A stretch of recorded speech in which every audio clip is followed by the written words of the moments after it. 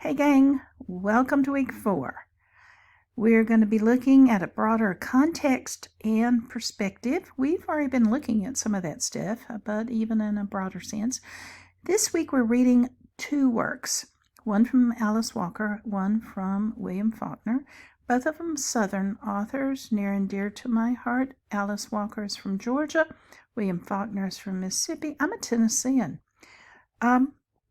Some of you might be Southerners too. Anyway, we're reading them not because they're Southern, but because they are writing about things and in a way that we can look and analyze in the context of what we've been reading up until now. Both of these works are dealing with the past and how do we make use of the past.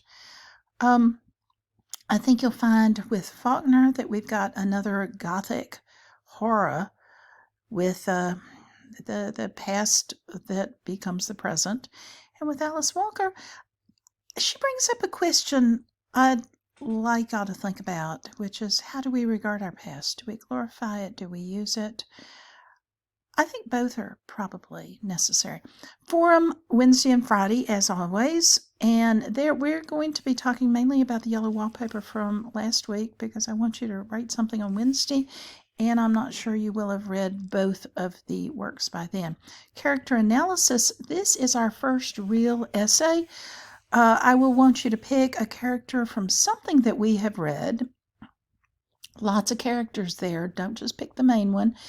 And I want you to analyze, not a summary, we've already done that, but I want you to analyze the character. How does the author use that character to advance their intention in the story? I have a full explanation there in that, and you can ask me if you need any help. Talk to you later.